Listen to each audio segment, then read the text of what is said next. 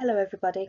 I'd like to thank the IDMC organisers and the Japanese support group for inviting me to speak today.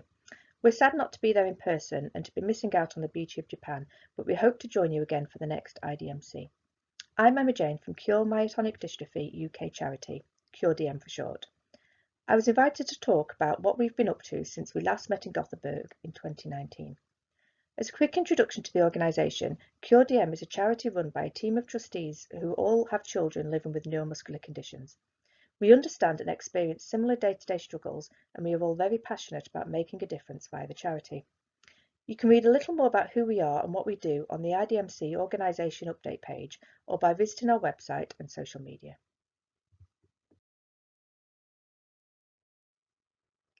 After 7 years of being a support group and 3 as a community interest company, we made the decision to move to a full charity status. This was finalised during lockdown, and we haven't had time to look back since. Becoming a recognised charity has opened up many doors to how we can support the cause, and we work to 3 main aims: awareness, support and research.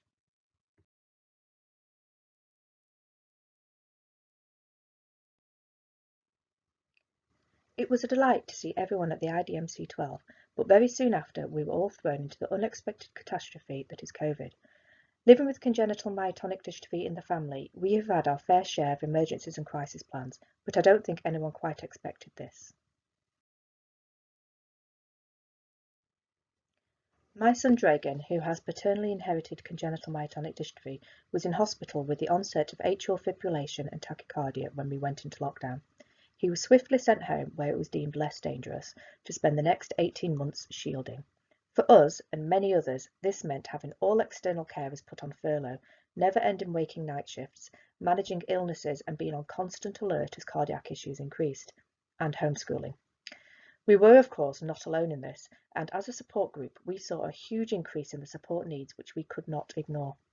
There was a limit of what we could do within our own 4 walls, so as that first emergency time point, we joined together with MD UK and a number of other UK NMD support groups to become a link between the clinicians and the community, supporting people with as much accurate information as possible. We all know how mixed up things got at that time, so much misinformation, changing messages almost daily, and of course, updates to advice as we learnt more about what we were facing.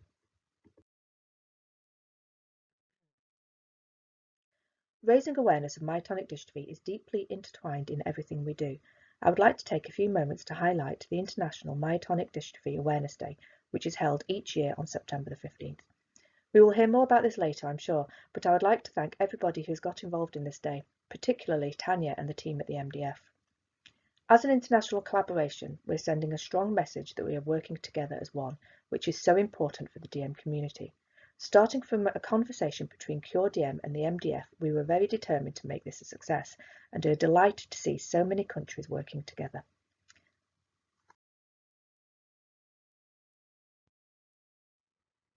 Also, it is held on my son's birthday. He's the reason I do all this, so this legacy will always be one of my proudest.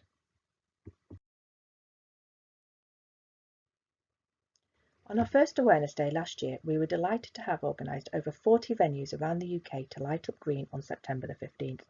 Blackpool Tower, English heritage monuments, bridges and even individual charity supporters lighting up their drama groups, houses and gardens. Castles in Carlisle and Northern Ireland all joined in, and we already have the same support for this year. Dragan, of course, thought that everyone was lighting up for his birthday. To keep the awareness going after the day, CureDM held an online campaign making people aware of the lights, and the venues themselves shared the news. We ultimately held a photo competition. We received over 150 entries, and a prize was given to the winner, chosen by the community and donated by a community supporter. It was a wonderful event, and we really saw people pull together. We look forward to having even more lights in 2022. Please do reach out to the organisations in your country to see how you can get involved.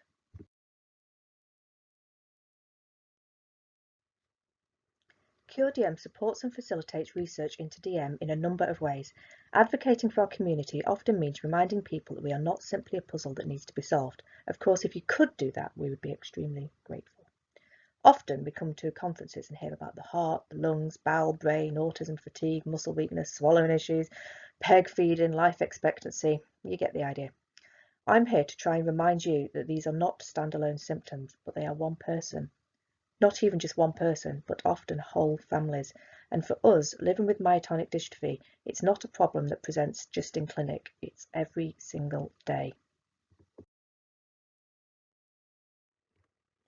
I'm 22 years into our journey with CDM, and I'm very much aware that the next 22 years are not going to be any easier. My son was misdiagnosed for too long, and because of this we missed the best years he had, whilst actively looking for answers and fighting for support on a daily basis. One morning, after only barely recovering from a critical illness and spending 8 weeks in ICU at one of the best UK children's hospitals, we received a letter from a paediatric neurologist stating, and I quote, "We will never have a medical reason for your son's continued deterioration." The very next day, a different paediatric neurologist took one look at him and said, "He clearly has congenital myotonic dystrophy." It took almost 15 years to meet that man, and he saved my son's life. No parent should spend every day fighting against the current and negatively defending their child just to find help, especially not with a condition as recognisable to those who know it as myotonic dystrophy is. It was, and still is, exhausting. By supporting research and presentations at medical and clinical conferences, we can help raise awareness within clinicians who see patients even before diagnosis. This will increase earlier identification and earlier diagnosis. Not to mention save on the expense of all the years of tests and resources which were used to not diagnose my son, simply because the results were not accurately interpreted. This is the experience many others are living with, and it is why we started CureDM, to help others not have to go through what we did. CureDM facilitates research by aiding financially where we can. We have awarded grants for the PhenoDM study in London, we co-fund the UK DM patient registry, and have supported researchers to attend and present at conferences. We have recently been involved with the new UK Innovation Licensing Access Pathway application process, directly working with the agencies in England, Scotland and Wales to advocate for children with CDM and open up a pathway to make potential treatments more quickly available to the community. We have supported and advised on DM-relevant study design, and we disseminate information to the community. I was proud to have been involved as patient representative for the recently published PREFER study, and I am looking forward to seeing how patient preference studies can aid future clinical trials. After our meeting in 2019, we were proud to join together with other European myotonic dystrophy associations to found Eurodymer. Our ultimate aim is to improve quality of life for those of us living with myotonic dystrophy now until treatments or cures are identified, which will help those being born into it as we speak.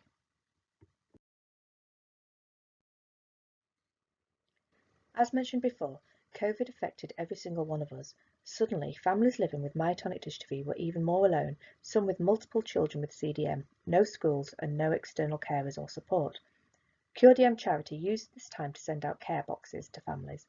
This wasn't an easy feat in the circumstances, but companies and shops donated goods, we boxed them at home, and the perks of living in a small village is that we had a weekly Royal Mail collection at the village hall, so we made it work. Brightly wrapped boxes full of treats, activities, books, Easter eggs, etc. were received by over 65 people around the UK, and we are extremely proud of this. When measures were lifted, there was, and still is, much anxiety for the most vulnerable of families. We listened to the community and produced and sent out hundreds of medical need for distance cards and badges.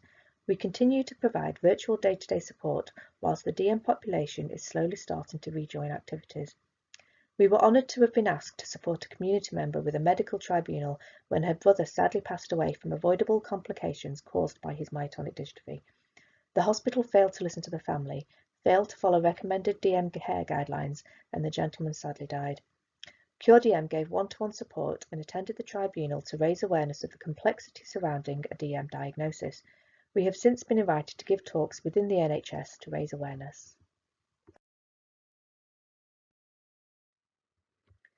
We do have some exciting plans for the rest of this year. We have our first face-to-face gathering since COVID at Alton Towers theme park. Almost 80 people to date from around the UK have signed up to attend our Families Day celebration on the 23rd of July. This day has been running for 6 years, and it's a great way for families to connect and remember that they are not alone.